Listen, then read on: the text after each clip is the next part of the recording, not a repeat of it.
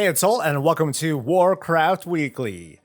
So, Tier's Enforcer now works with Divine Toll, which means that every minute I can throw 5 exploding shields onto 5 targets at once. Oh, I love it when prayers are answered. Anyway, hit the like button, subscribe for more WoW content. You can catch me on Twitch for some good time streaming. Best of luck getting my mood down after that whole Divine Toll stuff. And let's get to it by first bullet pointing some of the smaller bits of news. So you ready? No. Shut up. I mean, are you, viewer, you ready? Let's go. The 50% Winds of Wisdom buff announced last week was implemented in Shadowlands the other day, letting folks raise to 60 and then probably make them unsub until Dragonflight. Wrath Classic raids opened this week and they were knocked out in only about an hour with almost no fanfare.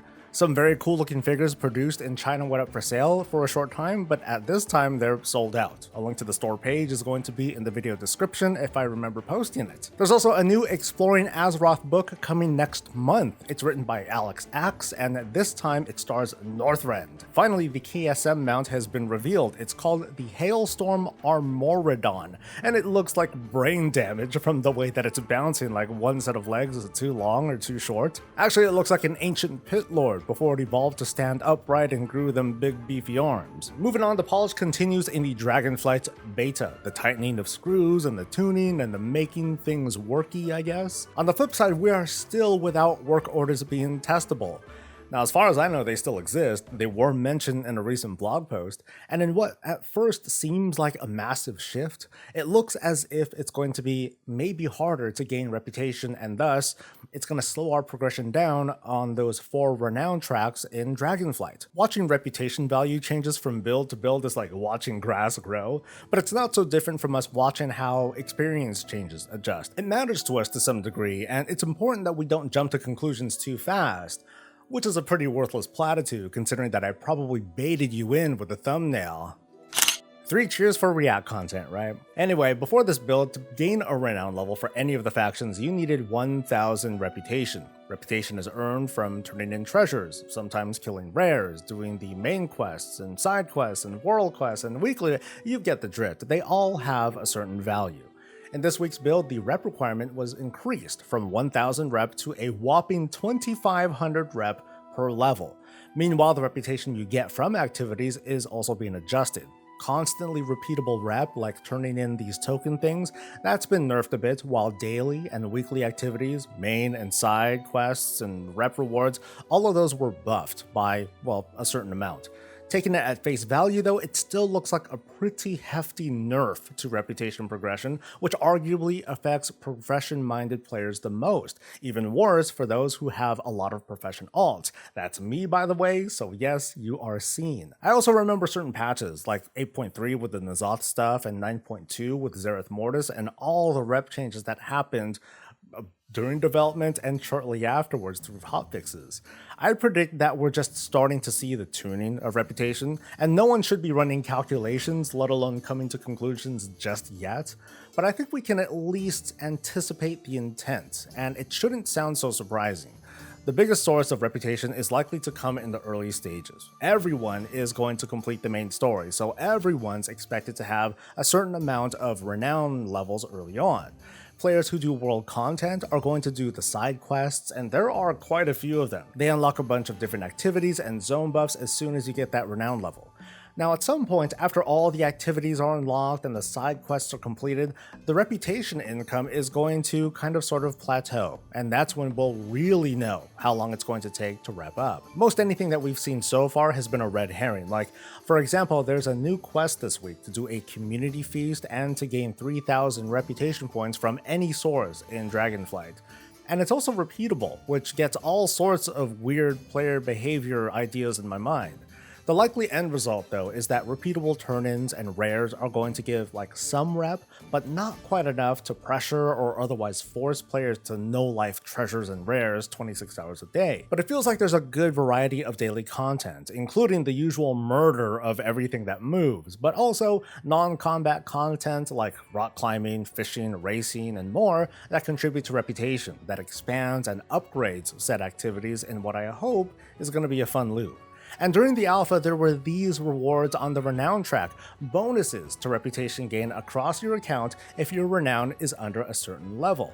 Now, I'm no pro data miner, sorry about that, but I haven't been able to find these things since the alpha. All I can do is put a spotlight on this and say, hey dude, this here is the compromise that alcoholics need to skip, well, half of the work that they need to do to unlock most profession recipes, or to otherwise let their alts feel like they completed the journey as well. And I don't see anyone getting hurt from this.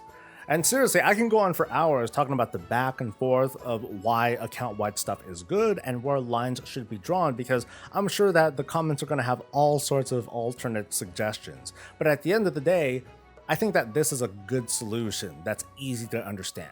And that's the show. I had an incomplete thought that I want to share. I stuck it back here because it's a little bit more outlandish than my usual outlandishness. But I'm thinking of how in Dragonflight, it's going to be a lot easier for people who just raid and dungeon stuff and PvP to just do those things and to not have to worry about much of anything else. I've been singing that tune for months now. Those folks can, for the most part, ignore world content or just consider it to be a side distraction while waiting for their team to get together for a dungeon thing, or if it's an off night from raids, and they don't feel like playing any other games. I mean, that's 100% okay. It's your game. Do what you want. But I'm also thinking of that type who do just, they just raid log because they don't care about world content. And I ask myself, is that person going to stay interested in the game as a whole when there's nothing else to do outside of the raid nights?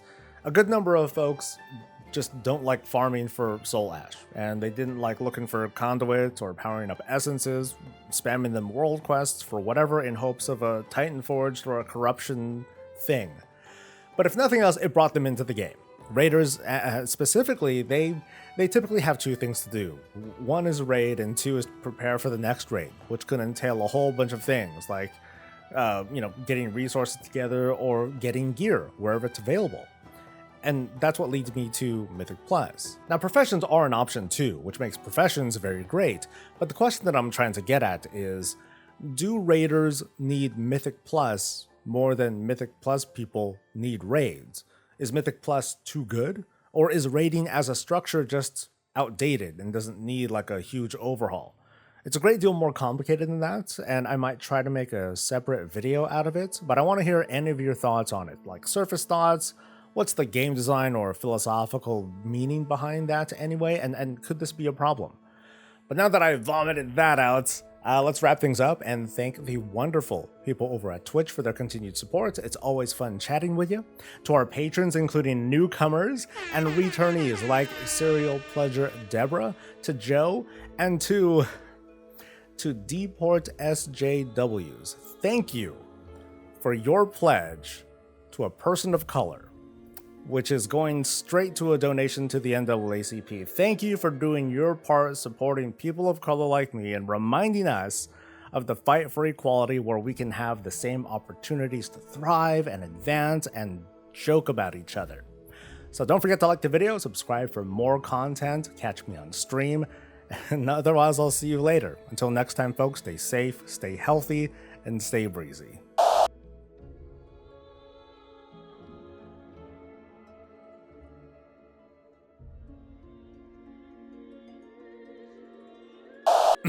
Mythic Plus is clearly a greater test of skill and can infinitely scale. The best gear should come from that. Raiding has always been the hardest content with like more people, more logistics, and planning. It obviously deserves the best gear. Oh, whatever. Raiding is a dinosaur. Mythic Plus is the future.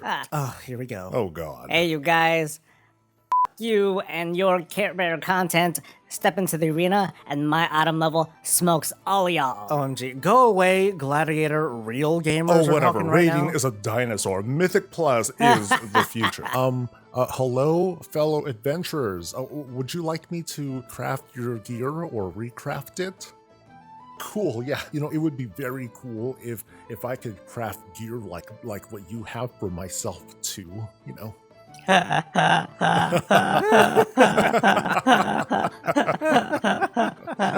back to the kitchen and make me some gear, biatch.